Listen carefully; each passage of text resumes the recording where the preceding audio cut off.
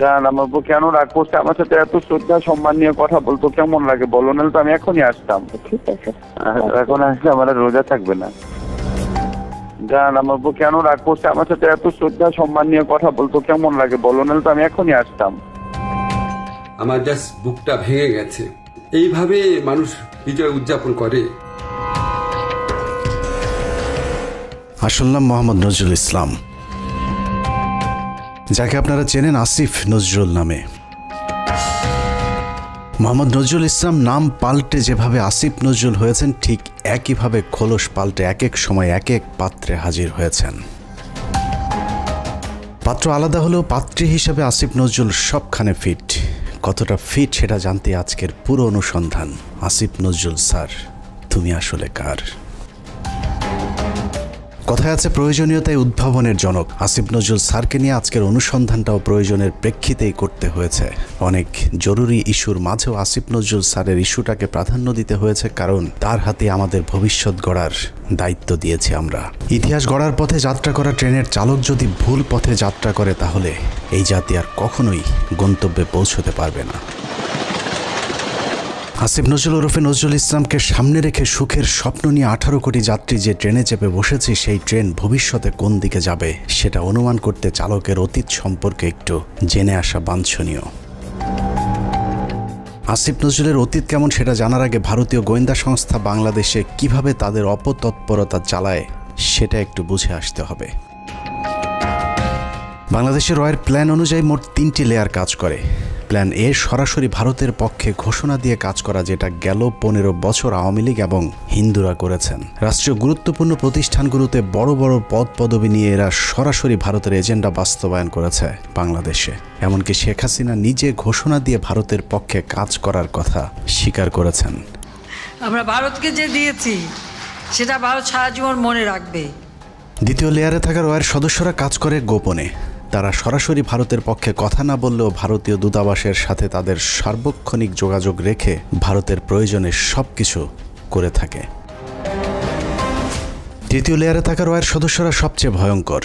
এদেরকে সাধারণ দৃষ্টিতে দেখে মনে হবে প্রচণ্ড ভারত বিরোধী, কিন্তু গোয়েন্দাদের প্রথম 2টি লেয়ার যখন অকৃতকার্য হয়, তখন সবশেষ লেয়ারটি কৌশলে দাঁড়িয়ে যায়। আর এই লেয়ারে যারা থাকে তাদের পরিচয় যখন প্রকাশ পায়, তখন আসলে কিছুই করার থাকে না। যে কারণে এদের ব্যাপারে অতি সাবধানী হওয়া অত্যন্ত জরুরি। এই শ্রেণীর ভারতীয় এজেন্টদেরকে সবচেয়ে বেশি কৌশলী হতে হয়, কারণ তাদেরকে ডুয়েল রোল প্লে করে দুই পক্ষকেই খুশি রাখতে হয়। এই ধরনের গোয়েন্দা এজেন্ট নির্বাচনে ভারতীয় গোয়েন্দাদের কিছু সুনির্দিষ্ট চাহিদা থাকে। এসব ক্ষেত্রে যারা আওয়ামী চেতনাধারী, দুশ্চরিত্র, ইসলাম বিদ্বেষী এমন ধরনের সব ব্যক্তিদেরকে বাছাই করা হয়। অন্তরে আওয়ামী চেতনা লালন করলেও প্রকাশ্যে তাদেরকে বিপরীত রূপে আত্মপ্রকাশ করানো হয়। এ ধরনের এজেন্ট তৈরিতে 1 যুগ 2 যুগ, আবার কখনো তারও বেশি সময় লেগে যায়, যাতে তাদের পেছনের ইতিহাস মানুষ ভুলে যায়। দেখতে কিছুটা নিষ্পাপ, শ্রুতিমধুর, বাকপটু গোছের এসব এজেন্টদেরকে দিয়ে কখনো কখনো সাধারণ ভারত বিরোধীদের চাইতেও কঠোর ভাষায় ভারতকে আক্রমণ করানো হয়, যা দেখে মনে হবে এরা প্রচণ্ড ভারত বিরোধী। আর এভাবেই তাদেরকে ভারত বিরোধী শিবিরে ধীরে ধীরে জনপ্রিয় করে তোলা হয়। এবং অত্যন্ত যৌক্তিক কারণে আজকে ভারতের বিরুদ্ধে আমাদের স্বাধীনতার ডাক দিতে হবে, ভারতের বিরুদ্ধে আমাদের সার্বভৌমত্বের ডাক দিতে হবে। আসিফ নজরুল ভারতের সেই দীর্ঘমেয়াদী প্ল্যান সি এর অংশ কিনা সেটা বুঝতে আমাদেরকে আরও 32 বছর পেছন থেকে শুরু করতে হবে। 19 জানুয়ারি 1992। 1975-এর 15 আগস্ট থেকে 1981 সাল পর্যন্ত 6 বছর ভারতীয় মগজ ধোলাইয়ের পর দেশে ফেরেন শেখ হাসিনা। শেখ হাসিনা দেশে ফেরার 15 দিনের মাথায় জিয়াউর রহমানকে হত্যা করে ভারত। জিয়াউর রহমান যেভাবে আন্তর্জাতিক মহলের কাছে জনপ্রিয় হয়ে উঠছিলেন, তাতে ভারতের মাথা ব্যথার কারণ হয়ে দাঁড়ায়, যে কারণেই তাকে হত্যা করে এরশাদকে ক্ষমতায় বসানো হয়। এদিকে প্রধানমন্ত্রী হিসেবে শেখ হাসিনাকে প্রস্তুতির কাজও চলতে থাকে। 1990 সালে এরশাদের পতনের পর ভারতের ইচ্ছে ছিল শেখ হাসিনাকে প্রধানমন্ত্রী বানানোর, কিন্তু 1991 সালে নির্বাচনে সবাইকে অবাক করে দিয়ে বাংলাদেশের মানুষ বেগম খালেদা জিয়াকে প্রধানমন্ত্রী নির্বাচিত করেন। 1991 সালে খালেদা জিয়া প্রধানমন্ত্রী হবার বছর না ঘুরতেই শুরু হয় ভারতের প্রথম চক্রান্ত। 1992 সালের শুরুতেই শুরু হয় দেশকে বিভাজনের মুখে ঠেলে দেওয়ার প্রথম ভারতীয় অভিযান। ভারতীয় চর জাহানারা ইমামকে সামনে রেখে প্রতিষ্ঠা করা হয় 71-এর ঘাতক দালাল নির্মূল কমিটি এ ঘাদানিক। শুরু হয় বিভাজনের রাজনীতি। শেখ মুজিবের সময়ে কথিত যুদ্ধাপরাধের মীমাংসিত একটি বিষয়কে সামনে এনে পুরো জাতিকে স্বাধীনতার পক্ষ আর বিপক্ষের দুই ভাগে ভাগ করে দেয়া হয়। সার্বভৌম রাষ্ট্রের সংবিধানকে বৃদ্ধাঙ্গুলি দেখিয়ে তৈরি করা হয় কথিত গণ আদালত, এবং সেই আদালতে বিচারিক কার্যক্রম পরিচালনা করা হয় রাষ্ট্রের বিচার ব্যবস্থাকে চ্যালেঞ্জ করার অপরাধে খালেদা জিয়া সরকার জাহানারা ইমাম সহ 24 জনের বিরুদ্ধে একটি রাষ্ট্রদ্রোহ মামলা করেন।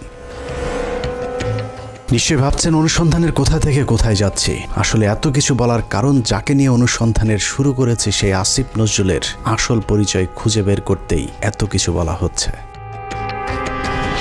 1992 সালে খালেদা জিয়ার সরকার প্রথম ভারতের যে ষড়যন্ত্র রুখে দিয়েছিলেন, সেই ষড়যন্ত্রের উদ্যোক্তাদের মধ্যে অন্যতম ছিলেন জাহানারা ইমাম, শাহরিয়ার কবির, মুনতাসির মামুন এবং ভারতীয় গুপ্তচর আসিফ নজরুল। জাহানারা ইমামকে প্রধান আসামি করে খালেদা জিয়ার সরকার যে রাষ্ট্রদ্রোহ মামলাটি করেছিল, সেই মামলার অন্যতম একজন আসামি ছিলেন আমাদের আজকের আসিফ নজরুল ওরফে মোহাম্মদ নজরুল ইসলাম। এই যে আসিফ নজরুল এখন নাম করা কলাম লেখক, তাকে নিয়োগ করা হলো। আপনারা জেনে খুশি হবেন, আসিফ নজরুলের আদর্শিক গুরুর নাম জনাব শাহরিয়ার কবির। শাহরিয়ার কবির যখন সাপ্তাহিক বিচিত্রার সম্পাদক, আসিফ নজরুল ছিলেন তার প্রধান সেনাপতি। ভারতের এজেন্ডা বাস্তবায়নে ভারতের প্রধান সেনাপতির ভূমিকায় ছিলেন শাহরিয়ার কবির। শাহরিয়ার আসিফদের যৌথ প্রযোজনায় ভারতীয় মিশন বাস্তবায়নের কাজ যখন তুঙ্গে, তখন ভারতীয় ষড়যন্ত্রের বীজ দাঁত ভেঙে দিতে উল্কার মতো ছুটে আসে এক উজ্জ্বল নক্ষত্র। আমরা ভারতকে দেখিয়ে দেব ইনশাআল্লাহ, এই পৃথিবীতে বাংলাদেশের সবচাইতে বড় দুশ্মন ভারত। সবচাইতে বড় দুশ্মন কে?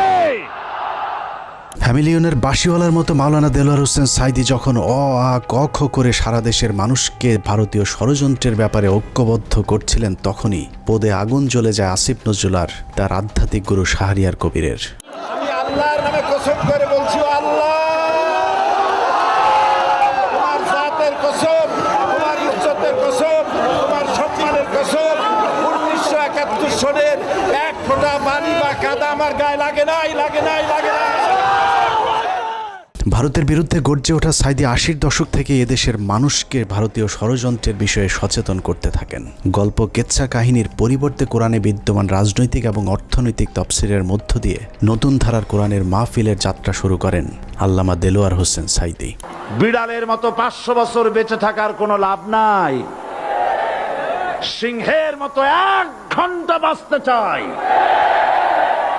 দলমত নির্বিশেষে সকলের কাছে সাঈদী যখন সমানভাবে সমাদৃত হয়ে উঠতে থাকেন, তখন 1989 সালে আসিফ নজরুল প্রথম ব্যক্তি যিনি তার পত্রিকার পৃষ্ঠা জুড়ে এক মিথ্যা সংবাদ ছাপান, যার শিরোনাম দেয়া হয় সাঈদী সমাচার, এক ধর্ম ব্যবসায়ীর উত্থান। বিশাল সেই সংবাদের কয়েকটি লাইন পড়লে আসিফ নজরুল কত বড় মাপের একজন মিথ্যুক, প্রতারক এবং হলুদ সাংবাদিক ছিলেন সেটার কিঞ্চিত প্রমাণ পেয়ে যাবেন। লেখার শুরুতেই সাংবাদিক আসিফ নজরুল লেখেন, মাওলানা দেলোয়ার হোসেন সাঈদী বিরোধী সাম্প্রতিক গণবিক্ষোভের মধ্য দিয়ে দেশে মৌদুদিবাদ এবং ধর্ম ব্যবসার রাজনীতির অগ্রহণযোগ্যতা আবারও প্রমাণিত হয়েছে। সিলেট, ঢাকা, চট্টগ্রাম সহ দেশের বিভিন্ন স্থানে জামাতের মঞ্চনায়ক সাঈদীর বিরুদ্ধে স্বতঃস্ফূর্তভাবে জনমত গড়ে উঠেছে। পিরোজপুরের এই মাওলানার জীবনে বিতর্কের সূচনা আগে থেকেই। শর্ষিনা মাদ্রাসায় 5ম ক্লাসের ছাত্র থাকাকালীন অবস্থায় জামাত রাজনীতি সংশ্লিষ্ট থাকার সন্দেহে তাকে মাদ্রাসা থেকে বের করে দেওয়া হয়। তারপর তিনি লেখেন, শর্ষিনা মাদ্রাসার পর তিনি খুলনা আলিয়া মাদ্রাসায় ভর্তি হন। সে মাদ্রাসা থেকে তিনি কামেল পাশ আদৌ করেছেন কিনা এ নিয়ে দেশের আলেম সমাজের প্রচুর সন্দেহ রয়েছে। দেশের শতাধিক আলেম এ বিষয়ে সত্যতা প্রমাণের জন্য সাঈদীর প্রতি একাধিকবার চ্যালেঞ্জ ছুড়ে দিলেও দেলোয়ার হোসেন সাঈদী নাকি কখনোই সেই চ্যালেঞ্জ গ্রহণ করেননি। সাঈদীর ইসলাম শিক্ষার পরিপূর্ণতা নিয়ে প্রশ্ন থাকলেও তার কণ্ঠ চটলতা এবং শ্রোতা আকর্ষণ ক্ষমতা বরাবরই দ্বিধাহীনভাবে স্বীকৃত। বিভিন্ন টকশোতে ব্যক্তিগত আক্রমণ করার বিরুদ্ধে সবক দেয়া আসিফ নজরুল তার সেই লেখায় দেলোয়ার হোসেন সাঈদীকে চরমভাবে ব্যক্তিগতভাবে আক্রমণ করেছিলেন। তিনি লিখেছেন, বিভিন্ন সূত্রের দেয়া তথ্য অনুযায়ী স্বাধীনতা যুদ্ধের আগেই কণ্ঠ সম্পদকে অবলম্বন করে সাঈদী পিরোজপুরের গড়ের হাটে সুর করে আতর, তসবিহ, ধর্মীয় পুস্তক বিক্রি করে জীবিকা নির্বাহ করতেন। এরপর গুরুত্বপূর্ণ দুটি লাইন আছে, সেই লাইনগুলো আপনাদেরকে জানানোর আগে আসিফ নজরুল দেলোয়ার হোসেন সাঈদীকে নিয়ে সম্প্রতি একটি বক্তব্য দিয়েছেন, সেটা দেখে আসা যাক। একমাত্র দেলোয়ার হোসেন সাঈদী ছাড়া আমার জানা মতে আর কি, বাকি সবারই আপনার যতটুকু আমি পড়াশোনা করেছি ইনভলভমেন্ট ছিল। হঠাৎ করে দেলোয়ার হোসেন সাঈদীকে নির্দোষ দাবি করা আসিফ নজরুল 1986 সালে কি বলেছিল সেটা তার সেই লেখাতেই রয়েছে। আসিফ নজরুল প্রথম ব্যক্তি যিনি দেলোয়ার হোসেন সাঈদীকে যুদ্ধাপরাধী হিসেবে অভিযুক্ত করেছিলেন। তিনি লিখেছেন, সাঈদী স্বাধীনতা যুদ্ধের সময় পাক হানাদার বাহিনীর প্রত্যক্ষ সহযোগিতায় লিপ্ত ছিলেন। তিনি ধর্মের দোহাই দিয়ে গনিমতের মাল হিসাবে গড়েরহাট বন্দরের হিন্দু সম্প্রদায়ের বাড়িঘর লুট করেছেন এবং মদন নামে একজন হিন্দু ব্যবসায়ীর দোকান ঘর ভেঙে দিয়ে নিজের বাড়িতে নিয়ে গেছেন বলেও দাবি করেছেন আসিফ নজরুল। মুক্তিযুদ্ধের পর সাঈদী দীর্ঘ সময় পালিয়ে থাকেন এবং 10 বছর পর নাকি নিজ গ্রামে আসেন। পুরো লেখার শুরু থেকে শেষ পর্যন্ত পুরোটাই সাঈদী সম্পর্কে যা কিছু বলা হয়েছে সব ডাহা মিথ্যা। আর এই হচ্ছে আসিফ নজরুলের সাংবাদিকতার নমুনা। আসিফ নজরুল নিজের খোলস পাল্টানোর সময় মাঝে একবার এই লেখার ব্যাখ্যা দিয়েছিলেন, যেখানে তিনি বলেছিলেন শাহরিয়ার কবিরের দ্বারা প্রভাবিত হয়ে নাকি তিনি সাঈদী সম্পর্কে এসব লিখেছিলেন। কিন্তু এটা শুধু একটা চুরি কিংবা ছিনতাইয়ের ঘটনা নয়। এই লেখার মাধ্যমে দেলোয়ার হোসেন সাঈদীর বিরুদ্ধে যুদ্ধাপরাধের অভিযোগ উঠতে শুরু করে এবং তারই ফলশ্রুতিতে আওয়ামী লীগ সরকার দেলোয়ার হোসেন সাঈদীকে আটক করে এবং দীর্ঘ 1 যুগ জেলখানায় বন্দী থাকার পর শাহাদাত বরণ করেন দেশবরেণ্য এই আলেম। আসিফ নজরুলের এক লেখায় একজন নিষ্পাপ মানুষের জীবন কেড়ে নিয়েছে। অতএব দেলোয়ার হোসেন সাঈদীর হত্যাকাণ্ডের জন্য আসিফ নজরুল প্রত্যক্ষভাবে দায়ী। আসিফ নজরুল যে আগাগোড়া একজন চেতনাধারী লোক সেটা গণজাগরণ মঞ্চের সময়ও প্রমাণিত হয়েছে। আসিফ নজরুলের নাকের ডগায় গণজাগরণ মঞ্চের নামে বাংলাদেশের বিচার ব্যবস্থাকে গণধর্ষণ করা হলেও আসিফ নজরুল গণজাগরণ মঞ্চের ব্যাপারে একদম টু শব্দ পর্যন্ত করেননি। বস্তুত শাহবাগের গণজাগরণ মঞ্চ সেই আসিফ নজরুলদেরই ঘাতক দালাল নির্মূল কমিটির ফসল।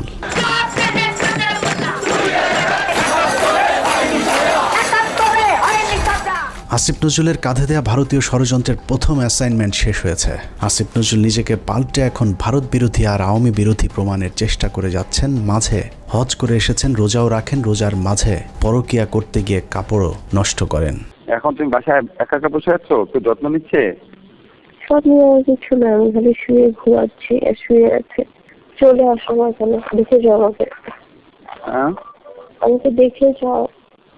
আমিও তো চাই। জ্বর আক্রান্ত অবস্থায় পড়ে আছো এখন। আমি আসলে ইয়ে তো কেউ থাকে না কেন তোমার পাশে এখন? আসো, এসে দেখে যাও আমাকে। আসতে চাই। তোমাকে সবসময় দেখতেছিলাম। জান, আমার বউ কেন রাগ করছে আমার সাথে? এত শ্রদ্ধা সম্মান নিয়ে কথা বলতো কেমন লাগে বলো, নাহলে তো আমি এখনই আসতাম। চলে আসো, এখন তো আসবে না বাসায়। তোমার গাড়ি নাই? না, গাড়ি নেই। তুমি আসো না, কেউ আসবে না। এখন বাসার মধ্যে একটু জানলেই লাগবে আসতে। আচ্ছা ঠিক আছে, এখন আসলে আমার রোজা থাকবে না। আরেকজনের বউয়ের জ্বরে সেবার হাত বাড়িয়ে দেওয়া সমাজসেবক আসিফ নজরুল যে এখনও ভারতীয় জ্বর, চলুন তার আরও প্রমাণ দেখা যাক। রমনা বটমূল সারা দেশে সিরিজ বোমা হামলা, নারায়ণগঞ্জ গ্রেনেড হামলা থেকে শুরু করে বাংলাদেশে ভারতীয় গোয়েন্দা সংস্থার যে কটি বড় চক্রান্ত হয়েছে তার মধ্যে একটি 21শে আগস্ট গ্রেনেড হামলা। কতটা সূক্ষ্মভাবে 21শে আগস্টের ঘটনা ঘটিয়েছে তা নিয়ে আমাদের একটি অনুসন্ধান চলছে, যা কিছুদিনের মধ্যেই প্রকাশ করা হবে। সম্প্রতি 21শে আগস্টের মামলা থেকে তারেক রহমান সহ বিএনপির সব আসামিদেরকে অব্যাহতি দেওয়া হয়েছে। তার মানে বিএনপি এই ঘটনার সাথে জড়িত নয়। অথচ এই আসিফ নজরুলের স্বভাব সুলভ জোরালো ভঙ্গিতে বলেছিলেন 21শে আগস্ট গ্রেনেড হামলার জন্য দায়ী বিএনপি এবং ওই ঘটনাটি ধামাচাপা দেওয়ার জন্যও নাকি বিএনপি চেষ্টা করেছিল। বিএনপি কি এই হত্যার ঘটনা 21শে আগস্ট আক্রমণের ঘটনা ধামাচাপা দিতে চেয়েছে? অবশ্যই চেয়েছে। তারা জঘন্য রকম ভাবে ধামাচাপা দিতে চেয়েছে, হাস্যকর ভাবে ধামাচাপা দিতে চেয়েছে। এখন প্রশ্ন হলো আসিফ নজরুলের বক্তব্য কোনটা সঠিক? বিএনপি দোষী নাকি বিএনপি নির্দোষ? যদি এখন বিএনপির চাপে তারেক রহমানকে অব্যাহতি দিয়ে থাকে তাহলে তার পদত্যাগ করা উচিত। আর যদি আগের বক্তব্য মিথ্যা হয় তাহলে সেই মিথ্যা তিনি কার পরামর্শে বলেছিলেন সেই জবাব জনগণের সামনে দিতে হবে। আসলে আসিফ নজরুল আগে যা বলেছিলেন সেটাই তার আসল চরিত্র। এখন তিনি যা করছেন সেটা তার অভিনয়। উপরে উপরে নিজেকে আওয়ামী এবং ভারত বিরোধী প্রমাণের জন্য রক্ত গরম করার কথা বললেও আসিফ নজরুল আসলে একজন ভারতীয় জ্বর এবং তিনি যা কিছু করেন সবকিছু ভারতীয় থিঙ্ক ট্যাঙ্ক, ডেইলি স্টার এবং প্রথম আলোর অফিস থেকেই করানো হয়। অনেকেরই মনে হতে পারে আসিফ নজরুল আগে খারাপ থাকলেও এখন ভালো হয়ে গিয়েছেন, কিন্তু চলুন দেখা যাক আসিফ নজরুল আসলেই ভালো হয়েছেন কিনা। আমার জাস্ট বুকটা ভেঙে গেছে। এইভাবে মানুষ বিজয় উদযাপন করে? আপনার পলিটিক্যাল অপোনেন্টের উপর আপনার রাগ থাকতে পারে, আপনার পুলিশের উপর রাগ থাকতে পারে, এই জন্য এইভাবে নির্বিচার হামলা করা হবে। 5 তারিখ বিজয়ের পর আসিফ নজরুলের প্রথম ভিডিও বার্তা ছিল আওয়ামী লীগের প্রতি সমবেদনা জানিয়ে। আওয়ামী লীগকে বাঁচাতে তার কাকুতি দেখে মনে হয়েছে নিজ দলের নির্যাতিত মানুষের পক্ষে দাঁড়িয়েছেন আসিফ নজরুল। অথচ তার কয়েক ঘন্টা আগেও প্রায় 2000 মানুষকে নির্মমভাবে হত্যা করেছে এই আওয়ামী লীগেরই সন্ত্রাসীরা। একটা ঘটনা যেন আর না ঘটে। আমার প্রতি যদি আপনাদের বিন্দুমাত্র ভালোবাসা থাকে, যাদের ভালোবাসা থাকে, তারা এই কাজ করবেন না। আসিফ নজরুল সেই উপদেষ্টা যার কার্যালয় থেকে শেখ মুজিবের ছবি নামাতে সবচেয়ে বেশি সময় লেগেছে। আসিফ নজরুলের বাসায় প্রায় 2 মাস পালিয়েছিলেন সামন্তলাল সেন, যিনি জ্বালাও পোড়াও নাটকের মূল হোতা। আসিফ নজরুল তার চাচা শ্বশুর জাফর ইকবালকে আটক না করে দেশ থেকে পালিয়ে যেতে সুযোগ করে দিয়েছেন।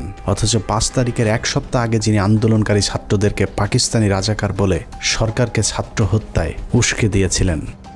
আসিফ নজরুল খুনের মামলার আসামি আনোয়ার হোসেন মঞ্জুকে পুলিশ আটক করার 1 ঘন্টার মাথায় ছেড়ে দিতে বাধ্য করেছিলেন। এই ঘটনায় আসিফ নজরুল তার এক সাংবাদিক বন্ধুর মাধ্যমে 5 কোটি টাকা নগদ ঘুষ নিয়েছিলেন। ঘটনাটি তদন্ত করলেই বেরিয়ে আসবে আসিফ নজরুলের তদবিরে আনোয়ার হোসেন মঞ্জু ছাড়া পেয়েছিলেন কিনা। অথচ মঞ্জুর ইত্তেফাক পত্রিকা গেল 15 বছর হাসিনার দালালি করেছে এবং আন্দোলনের সরাসরি ছাত্রদের বিরুদ্ধে অবস্থান নিয়েছিল ইত্তেফাক পত্রিকা। আসিফ নজরুল সেই উপদেষ্টা যার ইশারায় সাবের হোসেন চৌধুরী সহ একের পর এক আওয়ামী লীগের হত্যা মামলার আসামিরা জামিনে ছাড়া পাচ্ছেন। সূত্র জানিয়েছে প্রতিটি জামিনে আসিফ নজরুল মোটা অঙ্কের টাকা নিচ্ছেন। সবশেষ ঝিনাইদহের বিচারক জামিন দিতে না চাইলে তাকে ছুটিতে পাঠানোর ভয় দেখিয়ে ঝিনাইদহের আওয়ামী লীগের সাবেক এমপিকে জামিন দিতে বাধ্য করেন আসিফ নজরুল। ঝিনাইদহে নাশকতা ও হত্যা মামলায় গ্রেপ্তার আওয়ামী লীগের সাবেক 2 সংসদ সদস্যকে অন্তর্বর্তীকালীন জামিন দিয়েছে আদালত। আসিফ নজরুলের চাপে বিভিন্ন থানায় মামলা নিতে গড়িমসি করছে পুলিশ। কারণ আসিফ নজরুল গণহারে আসামিদের বিরুদ্ধে মামলা না দেওয়ার জন্য আওয়ামী লীগের পক্ষে দাঁড়িয়েছিলেন। তার দাবি শত শত মানুষের বিরুদ্ধে মামলা দেয়া যাবে না। অথচ আন্দোলনের সময় আওয়ামী লীগের হাজার হাজার সন্ত্রাসীরা ছাত্র হত্যায় অংশ নিয়েছিল। অথচ আসিফ নজরুল গণহারে মামলার বিপক্ষে। ঢালাও মামলার একটা খুব মারাত্মক একটা প্রকোপ দেশে দেখা দিয়েছে। এটা আমাদেরকে অত্যন্ত বিব্রত করে। এরই মধ্যে যেসব হত্যা মামলা হয়েছে তার অধিকাংশ আসামিকে ধরার কোনো তৎপরতা নেই। প্রায় সবখানে আওয়ামী লীগের লোকজন যেভাবে বুক ফুলিয়ে ঘুরে বেড়াচ্ছে তাতে মনে হচ্ছে এ যেন দেখার কেউ নেই। 15ই আগস্ট জাতীয় দিবস বাতিল করা হয়েছিল, সেই রায় স্থগিত করা হয়েছে আসিফ নজরুলের নির্দেশে। সবচেয়ে ভয়ঙ্কর বিষয় হলো যে ছাত্রদের প্রতিনিধি হিসাবে আসিফ নজরুল উপদেষ্টার পদ বাগিয়ে নিয়েছেন। সেই ছাত্রদের কতজন জুলাই হত্যাকাণ্ডে নিহত হয়েছিলেন তাদের সংখ্যাও এখন পর্যন্ত সঠিকভাবে গণনা করা হয়নি। যারা আহত হয়েছিল তাদেরও খোঁজ নিচ্ছে না সরকার।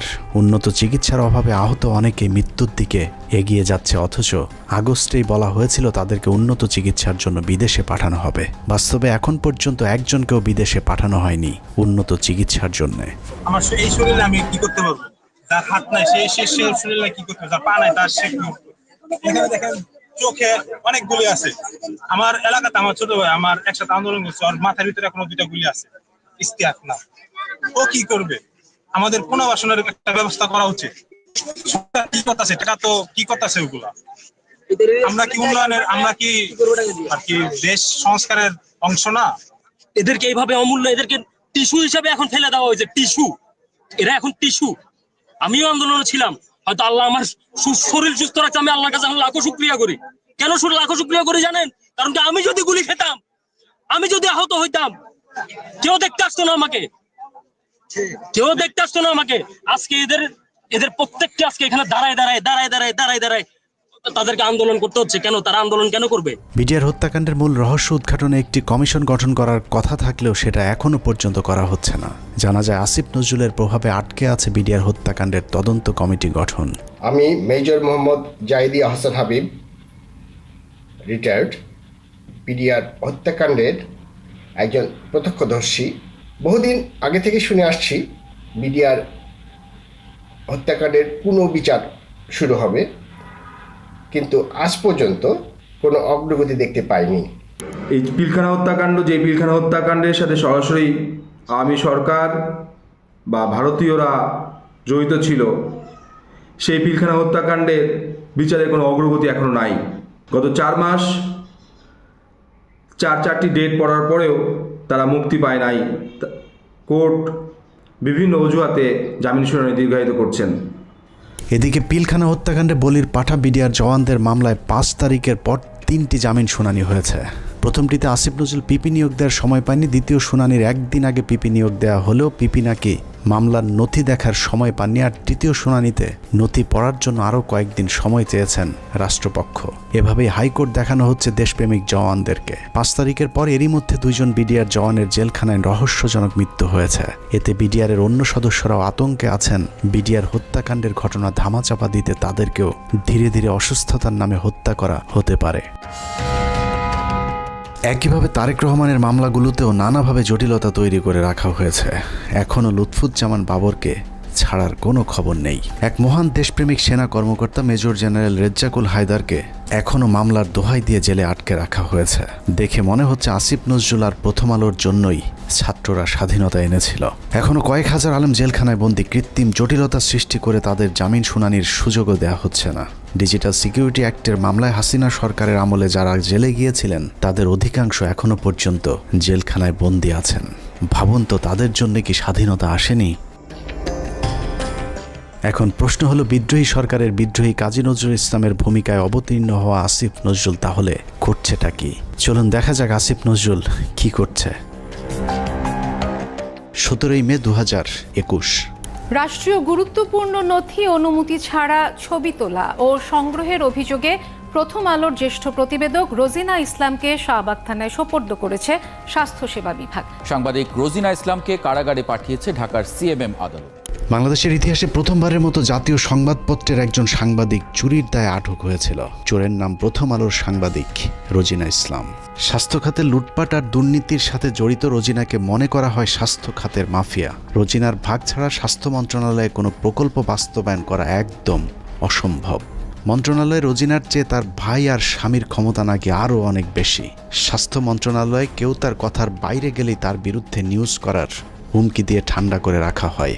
তাকে দিয়ে স্বাস্থ্য মন্ত্রণালয়ের সব স্বার্থ উদ্ধার করে থাকে প্রথম আলোর মতিউর রহমান। কিন্তু কথায় আছে, চোরের 10 দিন গৃহস্থের একদিন। বারবার ধান খেয়ে যাওয়া ঘুঘু রোজিনাকে বধ করা হয় 17 মে 2021 সালে। সচিব সাহেবের পাশে যে রুম আছে সেই রুমে তো ফাইল টাইল রাখা আছে। ওই রুমে ঢুকে ওই ফাইলের ছবিগুলো তুলতেছিল এবং কিছু ফাইল উনি নিজে নিয়েছিল। মন্ত্রণালয়ের একটি সূত্র জানিয়েছে, পুলিশ রোজিনাকে কাজের লোক মনে করে আটক করেছিল। কাজের লোকের মতো দেখতে রোজিনা কেন ফাইল ঘাটাঘাটি করছেন এটা চোখে পড়তেই পুলিশ তাকে আটকায়। পুলিশের কাছে বারবার নিজেকে সাংবাদিক পরিচয় দিলেও রোজিনার বেশভূষা দেখে পুলিশ তা বিশ্বাস করেনি। রোজিনা যতক্ষণে নিজেকে সাংবাদিক প্রমাণ করেছে ততক্ষণে মন্ত্রণালয়ের ঊর্ধ্বতন কর্মকর্তারা হাজির। তারা এসে দেখলো একজন ব্যক্তি ওখানে ফাইলের ছবি তুলতেছে এবং ফাইল কিছু নামে ব্যাগে ঢুকাইছে, শরীরেও ঢুকাইছে। রোজিনার পাজামার নিচ থেকে বের করা ফাইল দেখে সচিব উপসচিবদের মাথা ঘুরতে থাকে, কারণ এই ফাইল এমন এক চুক্তির যে চুক্তি বাংলাদেশ সরকার আমেরিকা এবং ভারতকে না জানিয়ে চীনের সাথে করেছিল। ভারতকে টাকা দিয়ে ফাইজারের টিকা না পেয়ে চীনের সিনোফার্মের টিকা কেনার চুক্তি করে বাংলাদেশ। সেই খবরেই ক্ষিপ্ত হয় ভারতীয় চর প্রথম আলো কর্তৃপক্ষ। চুক্তির বিষয়টি ভারতকে জানানোর জন্যই রোজিনাকে চুরি করে ফাইলের ছবি আনতে পাঠিয়েছিল মতিউর রহমান। কিন্তু পুলিশ দেখে চুক্তির সেই কাগজ রোজিনা তার ভেতরে ঢুকিয়ে ফেলেছিল। এই ফাইলগুলো ছিল টিকা সংক্রান্ত। আমরা যে রাশিয়ার সাথে টিকা চুক্তি করছি, চায়নার সাথে টিকার চুক্তি করছি। গ্যারান্টি দিয়ে বলে রাখলাম, প্রথম আলো রোজিনা সচিবালয় থেকে ফাইল চুরি করেছিল এবং এখানে এক ফোঁটাও মিথ্যে নেই। অথচ উপদেষ্টা হিসেবে আসিফ নজরুল প্রথম কার্যদিবসে রোজিনার মামলাটি খারিজ করে দেওয়ার আশ্বাস দেন। পরদিন মামলাটি খারিজ হয়ে যায়। প্রায় 3 বছর পর অফিসিয়াল সিক্রেটস অ্যাক্টে করা মামলা থেকে অব্যাহতি পেয়েছেন প্রথম আলোর বিশেষ প্রতিনিধি রোজিনা ইসলাম। 2019 সালের 1 নভেম্বর ঢাকার রেসিডেন্সিয়াল মডেল স্কুল অ্যান্ড কলেজে প্রথম আলোর কিশোর ম্যাগাজিন কিশোর আলোর বর্ষপূর্তি অনুষ্ঠানে বিদ্যুৎ পৃষ্ঠ হয়ে 9ম শ্রেণীর শিক্ষার্থী নাইমুল আবরার নিহত হন। ওই ঘটনায় আবরারের বাবা একটি হত্যা মামলা দায়ের করেন, যে মামলায় প্রথম আলোর সম্পাদক মতিউর রহমান সহ 10 জনের বিরুদ্ধে গ্রেপ্তারি পরোয়ানা জারি হয়েছিল। আবরারের বাবাকে ভয়ভীতি দেখিয়ে ক্ষমতার জোরে মামলাটি আগেই স্থগিত করে রেখেছিল প্রথম আলো। যাবতীয় মুভমেন্ট তাদের দ্বারা নিয়ন্ত্রিত ছিল। আমি যেটা মনে করি যে এর দায়ভার কিশোর আলোকে অবশ্যই নিতে হবে। সুপ্রিম কোর্টের একটি সূত্র জানিয়েছে, আসিফ নজরুলের নির্দেশে পুরো মামলাটি খারিজ করে দেওয়ার প্রক্রিয়াও প্রায় চূড়ান্ত করেছেন আসিফ নজরুল আর মাস দুয়েক আইন উপদেষ্টা হিসেবে থাকলে প্রথম আলোর নামে আর কোনো মামলা আদালতে অবশিষ্ট থাকবে না। এখন প্রশ্ন হলো, আসিফ নজরুল কি শুধুই প্রথম আলোর সাংবাদিকদের বাঁচানোর জন্য উপদেষ্টা হয়েছেন? উনি কি জানেন এদেশে কত সাংবাদিক আওয়ামী লীগের বিরুদ্ধে কথা বলার কারণে দেশ ছেড়েছেন? এই প্রতিবেদন লেখা পর্যন্ত আইন মন্ত্রণালয়ের একজন পিয়নও আমাদের কাউকে ফোন করার সময় পায়নি।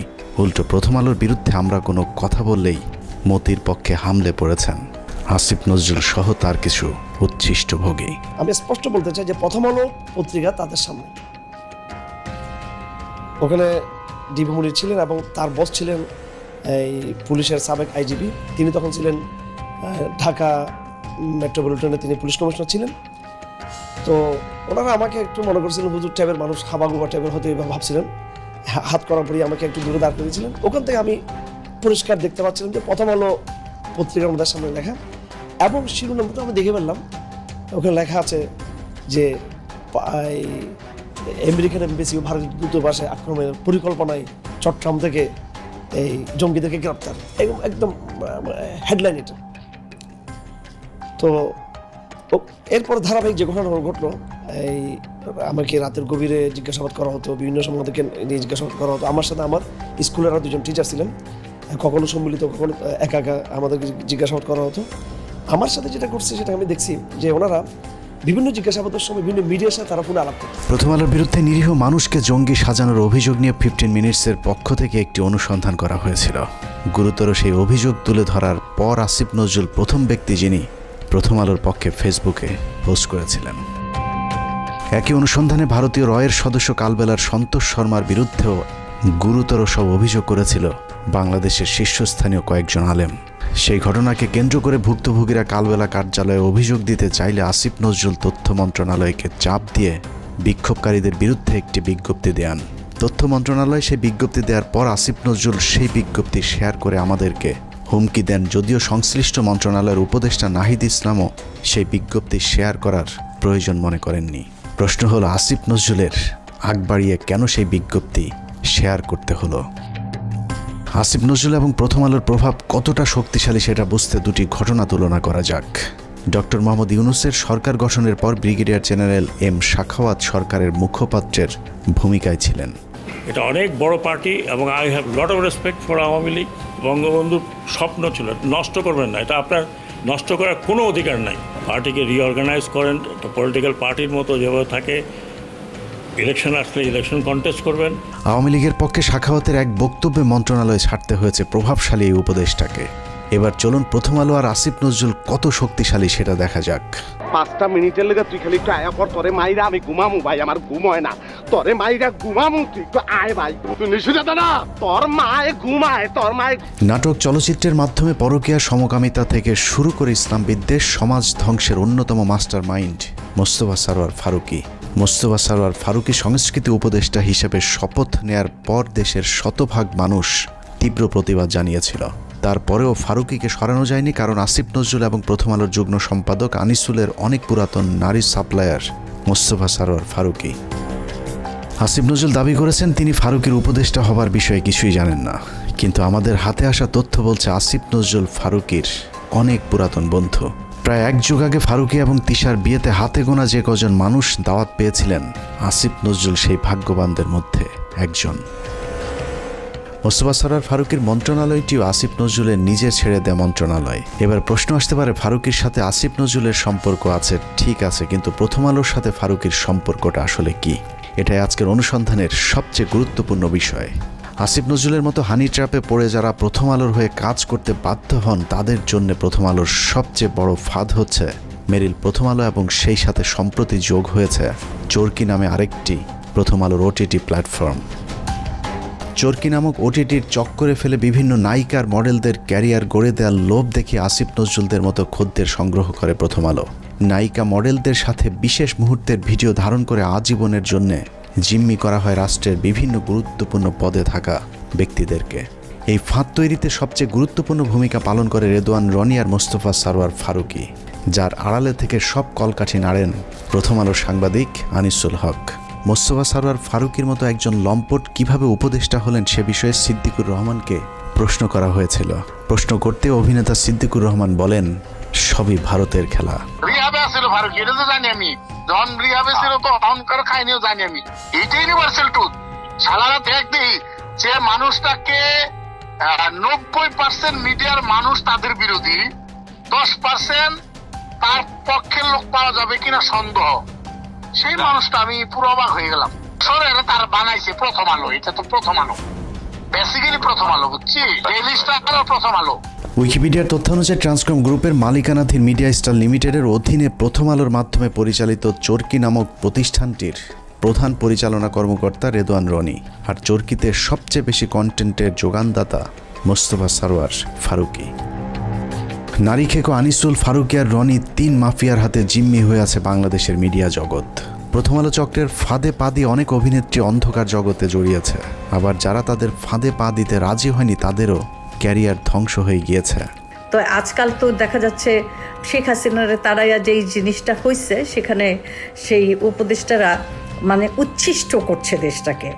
যেমন ফারুকির জন্য যখন এই ডক্টর ইউনূস বাইরে গেল, রাস্তাঘাট ভাইঙ্গা মানে শেখ হাসিনার মতে তার বয়দায় করতে চাইছে, সে নির্লজ্জভাবে নতুন উপদেষ্টাদের সাথে শপথ নিয়ে চাকরি করা শুরু করলেন, একদিনও চাকরি মিস করেন নাই। এই ফারুকি তো একটা সময় দেখতাম গাঞ্জা ছাড়া কিছু খায় না, হ্যাঁ। তারপরে তার একটু উন্নতি হইলো অপিকরিম রেছাইরা, তার আগে বন্যার সাথে ছিল, তার আগে যে গান গায় যে কালী মহিলাটা ভুলে গেছে নামটা, ভুলে গেছে। তারপরে সে এতটাই অমঙ্গলজনক ছিল যে তার ভাই ব্রাদাররা যে প্রথম 4 জন তো জীবন এরা জীবন, আমরা যখন শুটিং করতেছি আশুতোষ জনের বাইনোকুলার, তিন্নিকে ওরা যৌন হয়রানি এবং তাকে শারীরিকভাবে মানসিকভাবে এতটাই ভারাক্রান্ত করছিল। আমরা মামুন আমাকে বলছে যে আপা আশুতোষ শুটিংটা বন্ধ করে দিই। এবং একাধারে তো আমি তো গাঁজা খেতে দেখছি, পরবর্তীতে শুনলাম তিনি ফারুকী রিহ্যাব করে আসছে।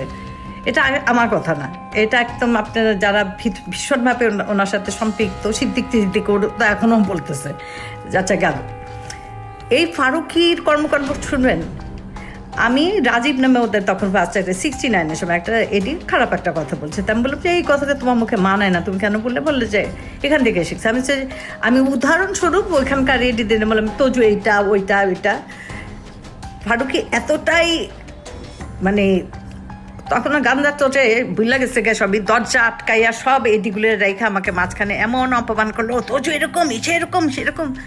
আমি না হতভম্ব হয়ে গেলাম। ওর এইটুকু মাথা ছিল না তখন, নন ম্যাট্রিক বা ম্যাট্রিক হইলে যা হয়, পড়াশোনার তো মানে গদ বাধা কিছু নেই।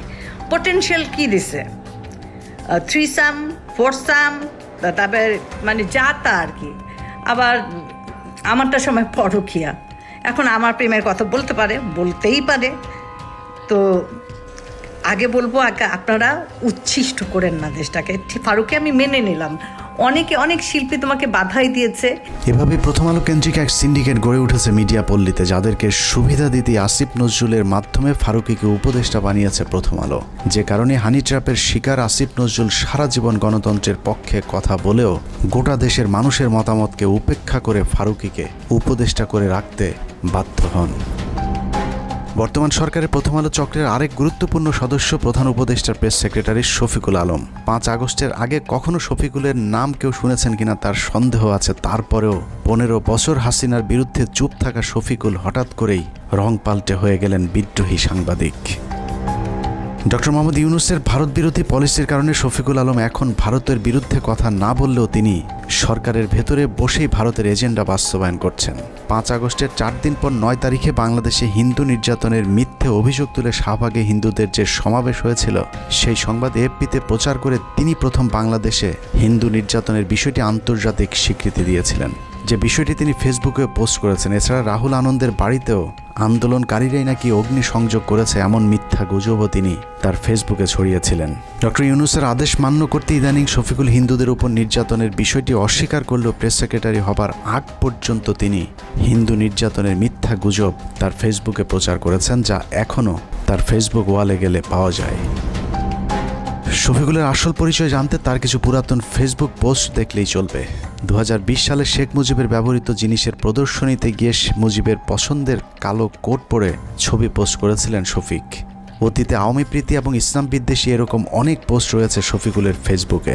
5 তারিখের পরেও অভ্যাসজনিত কারণে নিজের মুজিব প্রেম এবং ইসলাম বিদ্বেষী চিন্তার বহিঃপ্রকাশ ঘটছে তার বিভিন্ন লেখনীতে। 5 তারিখ শেখ মুজিবের মূর্তি ভাঙার ভিডিও শেয়ার করে শেখ মুজিবকে ইন্ডিপেন্ডেন্ট হিরো আখ্যা দিয়েছিলেন কথিত আওয়ামী বিরোধী সাংবাদিক শফিকুল আলম।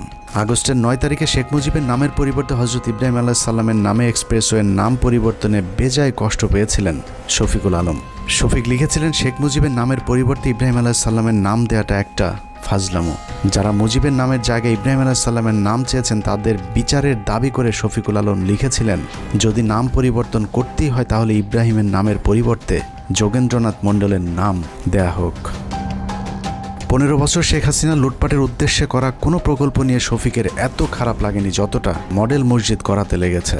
বিটিভির টকশোতে গিয়ে শফিক ক্ষোভ জানিয়ে বলেছেন, মডেল মসজিদ কেন বানাতে হবে? এই যে সরকারি ব্যয় আমার এত 560টা মসজিদ কেন করতে হবে? আমাদের মসজিদের কি অভাব পড়ছিল? বিএনপির ব্যাপারেও চরম বিদ্রোহী শফিকুল আলম। 5 তারিখের পর বিএনপি 3 মাসের মধ্যে নির্বাচন চাইলে শফিকুল বলেছিলেন, বিএনপি হাসিনাকে ক্ষমতা থেকে নামায়নি, অতএব বিএনপির কথা মতো তত্ত্বাবধায়ক সরকার তাদের মেয়াদ নির্ধারণ করবে না।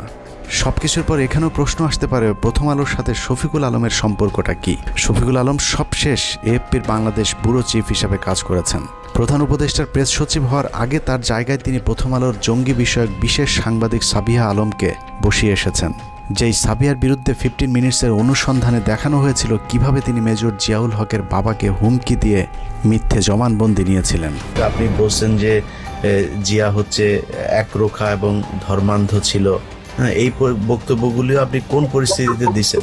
তখন যে পরিস্থিতি ছিল ওই পরিস্থিতির শিকার হয়ে আমি এটা বলতে পারি।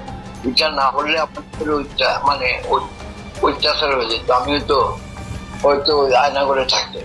উনি বললো যে আমি সাংবাদিক ও আই রিপোর্ট এগেইনস্ট সামথিং, মানে উনি নাকি উনি বিশেষ সাংবাদিক বলে যে জানেন আপনার কিন্তু ক্ষতি হতে পারে, দেখো আমি একটু চেক করতেছি, বুঝলেন?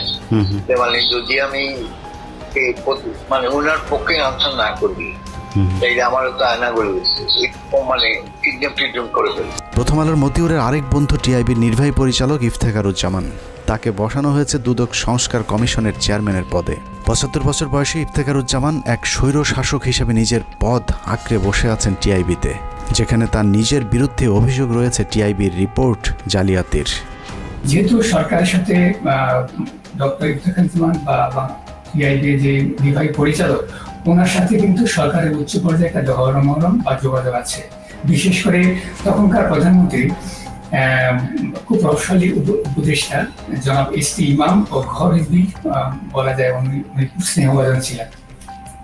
এখন অনেকটা বলা যায় এই সম্পর্কের কারণে আওয়ামী লীগ সরকার বা শেখ হাসিনার সরকার যাতে করে কোনো প্রকার ব্যয়কায়দা না পড়ে এবং টিআইবিও যেন ঝুঁকিতে না পড়ে বা শেখ হাসিনার বিরাট ভাজন না হয়, তখন উনি যে কাজটা করেছেন এই রিপোর্টটাকে তামাদি করে দিয়েছেন। উনি প্রকাশ না করার জন্য সিদ্ধান্ত নিয়েছিলেন এবং এই রিপোর্টটা যদি প্রকাশ পেত তাহলে বাংলাদেশের মানুষ, বাংলাদেশের জনগণ এবং বাংলাদেশের বিভিন্ন পর্যায়ে যারা আছে বা দাতা সংস্থাগুলোকে জানতে পারত যে বাংলাদেশে উচ্চ পর্যায়ে কিভাবে দুর্নীতিগুলো সংগঠিত হয়, আয়োজিত হয় এবং দুর্নীতির যে সাথে যুক্ত যারা মানে বলা যায় প্লেয়ার বা খেলোয়াড়, তারা কিভাবে সেখানে খেলে, হ্যাঁ, কার কি রোল থাকে এবং সেটার প্রভাব কি আমাদের দেশবাসী খুব ভালোভাবে জানতে পারত। টিআইবির সাবেক কর্মকর্তা রেজাউল করিমের করা কয়েকটি রিপোর্ট সহ বিগত আওয়ামী সরকারের বিরুদ্ধে করা গুরুত্বপূর্ণ কয়েকটি রিপোর্ট গায়েব করে দিয়েছিলেন ইফতেখারুজ্জামান। ইফতেখারের মাধ্যমে প্রথম আলো আসিফ নজরুল গং তাদের পছন্দের দুর্নীতিবাজ এক কর্মকর্তাকে দুদকের চেয়ারম্যান বানানোর অপতৎপরতা শুরু করেছেন। ইফতেখারুজ্জামানের নেতৃত্বে সংস্কার কমিশনের নামে কালক্ষেপণ করে দুর্নীতিবাজদের সম্পত্তি বিক্রি এবং হস্তান্তরের সুযোগ করে দেওয়া হয়েছে, অথচ অত্যন্ত সৎ এবং নীতিবান হিসেবে পরিচিত সাবেক বিচারক মোতাহার হোসেনের নাম প্রস্তাব করা হলেও আসিফ নজরুল সেটা আটকে রেখেছেন, কারণ মোতাহার হোসেনকে তিনি তারেক রহমানের ঘনিষ্ঠজন মনে করেন। আসিফ নজরুলের সাফ কথা, তারেক রহমানের ঘনিষ্ঠ কেউ দুদকের চেয়ারম্যান হতে পারবে না। 71 টিভির টকশো রিজার্ভ আলোচক, জঙ্গি বিশেষজ্ঞ, ভারতীয় আরেক রয়ের এজেন্ট ডেইলি স্টারের সাংবাদিক গোলাম মর্তুজা। 2018 সালে নির্বাচনের আগেও তারেক রহমান আর খালেদা জিয়াকে জঙ্গিদের নেতা বলা মর্তুজা হঠাৎ করে আওয়ামী বিরোধী ভিডিও আপলোড করা শুরু করেন ইউটিউবে। সেখান থেকে প্রথমে ডেইলি স্টার, সবশেষ আসিফ নজরুল মাহফুজ আনামের তদবিরে যুক্তরাষ্ট্রের প্রেস সেক্রেটারির পদ বাগিয়ে নিয়েছেন আওয়ামী এই সাংবাদিক। আর এর সবকিছুই হচ্ছে ভারতীয় চক্র প্রথম আলো ডেইলি স্টারের পরামর্শে। হঠাৎ করে রং পাল্টানো গোলাম মর্তুজা আওয়ামী লীগের দালালিটা পুরোপুরি এখনও ছাড়তে পারেননি। দুদিন আগেও গোলাম মর্তুজা ডিবিসির টক শোতে বলেছেন সরকার শেখ মুজিবকে জাতির পিতা না মানলেও শেখ মুজিব নাকি আরও শক্তিশালী হয়ে ফিরে আসবেন বাংলাদেশে। আর এটাই হচ্ছে সাংবাদিক গোলাম মর্তুজার আসল চেহারা। বঙ্গবন্ধু জাতির জনক হিসেবে যেভাবে ছিল সেভাবে থাকতে দিলেই সবচেয়ে ভালো হতো। বঙ্গবন্ধুকে ব্যবহার করা হয়েছে, সেই বঙ্গবন্ধুর আরেকবার মূল্যায়ন হবে এদেশে।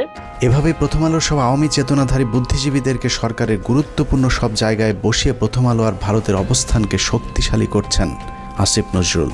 আসিফ নজরুল যে মন থেকেই সবকিছু করছেন তা নয়, অনেক কিছু সে না চাইলেও করতে হচ্ছে, কারণ আসিফ নজরুল অনেক আগে থেকেই তার আলু আরেকজনের ক্ষেতে বর্গা দিয়ে রেখেছেন। এই আলুর দোষে পুরো আইন মন্ত্রণালয় এখন আওয়ামী লীগ দখলে নিয়েছে। আসিফ নজরুল যেন নীরব এক দর্শক। বিষয়টা একদমই হাস্যকর নয়। আপনি কি জানেন আসিফ নজরুলের ব্যক্তিগত সহকারীকে? আসিফ নজরুলের ব্যক্তিগত সহকারী হচ্ছেন শামসুদ্দিন মাসুম, যিনি তত্ত্বাবধায়ক সরকার ব্যবস্থা বাতিলের মূল হোতা সাবেক প্রধান বিচারপতি ABM খায়রুল হকের ব্যক্তিগত সহকারী ছিলেন। নরেন্দ্র মোদীর সবশেষ নির্বাচনে জয়ী হবার পর শেখ রেহানার সাথে সফর সঙ্গী হয়েছিলেন আসিফ নজরুলের পিএস শামসুদ্দিন মাসুম। আপনার কাছে নিশ্চয় অবাক লাগছে যে খায়রুল হকের কারণে বাংলাদেশের সব সংকটের সূচনা তার পিএস কিভাবে আসিফ নজরুলের পিএস হয়। শুধু পিএস নয়, আইন মন্ত্রণালয়ের সব কলকাঠি নাড়ছেন শামসুদ্দিন মাসুম। আসিফ নজরুলকে ভাঙিয়ে মাসুম এরই মধ্যে শুরু করেছেন ব্যাপক চাঁদাবাজি। মাসুমের বিরুদ্ধে অভিযোগ উঠেছে রেবেকা মোহাম্মদ মিমি নামে এক নারীকে বিয়ের আশ্বাস দিয়ে গর্ভে সন্তান দিয়ে ছুঁড়ে ফেলার। স্থানীয় একটি পত্রিকায় মিমি অভিযোগ করেছেন মাসুমকে বিয়ের জন্য চাপ দিলেও তিনি আইন উপদেষ্টা আসিফ স্যারের ভয় দেখাচ্ছেন। মিথ্যে মামলা দিয়ে মিমিকে জেলে ঢুকানোর হুমকিও দিচ্ছেন আসিফ নজরুলের ব্যক্তিগত সহকারী শামসুদ্দিন মাসুম। মাসুম যাই করুক, আসিফ নজরুলের আসলে কিছু করার নেই, কারণ তিনি মাসুমের কাছে জিম্মি। আসিফ নজরুল কেন মাসুমের কাছে জিম্মি সেটা বের করতে পারলেই আজকের পুরো অনুসন্ধানের মূল রহস্য বেরিয়ে আসবে। শামসুদ্দিন মাসুম আসিফ নজরুলের ঘনিষ্ঠ হবার আগে আইন মন্ত্রণালয়ের আরেক কর্মকর্তা উম্মে সরাবন তহুরাকে আসিফ নজরুলের কাছে পাঠিয়েছিলেন। কিন্তু উম্মে তহুরা যে শামসুদ্দিন মাসুমের বেড পার্টনার সেটা আসিফ নজরুল একেবারেই জানতেন না। যতদিনে জেনেছেন ততদিনে আসিফ নজরুলের গোপন ভিডিও তহুরার হাতে। সেই ভিডিওর ভয় দেখিয়ে আসিফ নজরুলের পিএসের চেয়ারে বসানো হয়েছে শামসুদ্দিন মাসুমকে। আইন মন্ত্রণালয়ে আসিফ নজরুলের চেয়ার বড় হলেও ক্ষমতায় মাসুম আর তহুরা সবার চেয়ে উপরে, আর তাদেরকে দিয়ে প্রথম আলো আওয়ামীপন্থী কর্মকর্তাদেরকে গুরুত্বপূর্ণ সব পদে বসিয়ে যাচ্ছেন। এখানে প্রশ্ন আসতে পারে, তহুরা মাসুমের সাথে প্রথম আলোর সম্পর্কটা কি? আসিফ নজরুলকে হানি ট্র্যাপে ফেলা উম্মে তহুরা ছিলেন প্রথম আলোর সাংবাদিক। এ ধরনের অভিযানে কাজে লাগাতেই প্রথম আলো তহুরাকে জুডিশিয়াল সার্ভিসে চাকরি নিয়ে দিয়েছিলেন। অনেকদিন আগে প্রথম আলো আর রয়ের রোপণ করা সেই গাছে এখন ফল ধরতে শুরু করেছে, আর আসিফ নজরুল সেই ফলের ছুঁড়ে ফেলা বিচির মতো অসহায়। মাসুমের মাধ্যমে আসিফ নজরুল তার নিয়োগ বদলি বাণিজ্য চালিয়ে যাচ্ছেন। সূত্র জানিয়েছে আসিফ নজরুল তার স্ত্রীকে আমেরিকা পাঠানোর প্রস্তুতি নিয়েছেন এবং 5 তারিখের পর থেকে দুহাত ভরে টাকা কামাচ্ছেন এবং সেই টাকা যুক্তরাষ্ট্রে পাচার করবেন বলেও তার এক ঘনিষ্ঠ সূত্র জানিয়েছেন। এরই মধ্যে তার ঘনিষ্ঠ এক সাংবাদিকের মাধ্যমে $1.3 মিলিয়ন দিয়ে বাড়ি কেনার চেষ্টা করছেন আসিফ নজরুল। আপনি সংস্কার আমার তো এই সংস্কারের প্রতি আর কোনো বিশ্বাস নাই। তো আসিফ নজরুল, আপনি এত ছাত্রদের নিয়ে এত চিল্লাপাল্লা করেন, হই হুড়স্থুল করেন যে সংস্কার করে নাকি উল্টাইয়া দিবেন, তো আপনি 23 জন বিচারপতি নিয়োগ দিচ্ছেন কেন? এই সংস্কারটুকু না করে 23 জন বিচারপতি নিয়োগ দিচ্ছেন কেন? এভাবেই চলছে আসিফ নজরুলের সংস্কার। একদিকে ভারতীয় গোয়েন্দাদের শাখা অফিস ডেইলি স্টার প্রথম আলোর এজেন্টদেরকে বিভিন্ন জায়গায় বসানো হচ্ছে, অন্যদিকে আওয়ামী লীগকে বাঁচানোর সব চেষ্টা চালিয়ে যাচ্ছেন আসিফ নজরুল। মাঝখানে যে স্বপ্ন নিয়ে মানুষ জীবন দিল তাদের সেই স্বপ্ন অঙ্কুরেই বিনষ্ট হবার পথে। তারপরেও আমাদের দেশের কিছু মানুষ স্বপ্ন দেখে আসিফ নজরুলের হাত ধরে এই দেশ সিঙ্গাপুর হবে। তাদের সাথে আমিও একটু স্বপ্ন দেখতে চাই, আর সেই স্বপ্ন বাস্তবায়ন করতে হলে বাস্তবেও কিছু একটা হতে হবে। কিন্তু আসলেই কি বাস্তবে কিছুই হচ্ছে? আসিফ নজরুল সারা জীবন প্রবাসীদের জন্য মায়া কান্না করে আসলেও কার্যত প্রবাসীদের জন্য কোনো পদক্ষেপ নেওয়া হয়নি, অথচ সেই মন্ত্রণালয়টি এখন তার অধীনেই। এখনও সৌদি, মালয়েশিয়া, সিঙ্গাপুর সহ মধ্যপ্রাচ্যে যেতে আগের মতোই বাড়তি টাকা গুনতে হয়। এখনও কেউ মারা গেলে তাদের লাশ আনার টাকাটাও ওই পরিবারগুলোর জন্য বোঝা হয়ে দাঁড়ায়। সারা বছর ভারতের বিরুদ্ধে কথা বলে বিডিআর হত্যাকাণ্ড ধামাচাপা দেওয়ার চেষ্টা করছে আসিফ নজরুল। বিডিআর জওয়ানদের ছাড়ার কোনো ব্যবস্থা নেই। আওয়ামী বিচারকেরা এখনও পর্যন্ত তাদের বিচার কার্য চালিয়ে যাচ্ছেন। আওয়ামী লীগ আমলে জেলে যাওয়া রাজনৈতিক বন্দীরা এখনও জেলে পচে মরছেন, অথচ আসিফ নজরুলের কোনো ভ্রুক্ষেপ নেই। তারেক রহমানের বিরুদ্ধে মামলাগুলোর ক্ষেত্রে আইনের দোহাই দিয়ে আটকে রাখা হয়েছে। মাহমুদুর রহমানের মতো বিপ্লবীকে আইনের দোহাই দিয়ে জেলে ঢোকানো হয়েছে। কথায় কথায় আইন শেখানো আসিফ নজরুলকে উত্তর দিতে হবে কোন আইনে শেখ হাসিনাকে ক্ষমতা থেকে সরানো হয়েছে। আসিফ নজরুল উপদেষ্টাই বা হয়েছেন সংবিধানের কোন ধারায়? পুলিশ ধরার পর 3 হত্যা মামলার আসামি মুন্নি শাহ কোন আইনে ছাড়া পেলেন? রাতের আধারে আনোয়ার হোসেন মঞ্জুর কাছ থেকে 5 কোটি টাকা নিয়ে তারপর তাকে ছাড়তে বাধ্য করা সংবিধানের কত নম্বর অনুচ্ছেদে বর্ণিত আছে? আইন উপদেষ্টার চাচা শ্বশুর হলেই কি হত্যা মামলার ওয়ারেন্টের আসামিকে বিদেশে পাঠিয়ে দেওয়া যায়? তাহলে জাফর ইকবালকে আসিফ নজরুল কোন আইনে পালিয়ে যেতে সাহায্য করেছেন? সারা দেশে হত্যা মামলার আসামিরা নির্দ্বিধায় কোন আইনের বলে ঘুরে বেড়াচ্ছেন? বাংলাদেশের সংবিধানের কোন ধারায় তাদেরকে বাঁচানো হচ্ছে? পরিস্থিতি দেখে মনে হচ্ছে প্রথম আলোর তত্ত্বাবধানে সরকারের একটি অংশ আওয়ামী লীগকে বাঁচানোর আপ্রাণ চেষ্টা চালিয়ে যাচ্ছে। এত কিছুর পরও বিএনপি জামায়াতের এক শ্রেণীর নেতারা প্রথম আলো ডেইলি স্টারকে বাঁচাতে তাদের পাশে গিয়ে দাঁড়িয়েছে, অথচ 15 বছরে বাংলাদেশকে জঙ্গি রাষ্ট্র বানানোর কারিগর এই প্রথম আলো। শুধু বাংলাদেশ নয়, খালেদা জিয়া এবং তারেক রহমানকে জঙ্গিদের নেতা হিসাবে সারা পৃথিবীর কাছে তুলে ধরেছে এই প্রথম আলো ডেইলি স্টার। 2024 সালে বলে রাখলাম, প্রথম আলোকে ভারতমুক্ত করতে না পারলে এদেশকে আবারও ভুগতে হবে। সমস্যা হলো যেদিন বুঝবেন সেদিন আর কিছুই করার থাকবে না। ভারত আর আওয়ামী লীগ যদি আরেকবার সুযোগ পায় তাহলে এই দেশকে আর কখনোই স্বাধীনতার সূর্য দেখতে দেওয়া হবে না। কে কোন দল করে জানি না, শুধু এতটুকুই বলবো, প্রথম আলোর পক্ষে যে কথা বলবে সেই ভারতীয় দালাল। অতএব প্রথম আলো আর স্বাধীনতা একসাথে বাংলাদেশের মানচিত্রে থাকতে পারে না। এটা কোনো পত্রিকা নয়, এটা ভারতীয় গোয়েন্দা সংস্থার বাংলাদেশি একটি শাখা। আমরা কোনো পত্রিকা বন্ধ চাই না, কিন্তু প্রথম আলোর বিরুদ্ধে যে মানুষ হত্যার ভয়াবহ অভিযোগ উঠেছে তার বিচার যতদিন না হবে ততদিন তাদের বিরুদ্ধে আমাদের যুদ্ধ চলবে। তাদের পাশে যে দাঁড়াবে তাকেই শত্রু হিসেবে চিহ্নিত করা হবে। আল্লাহ হাফেজ।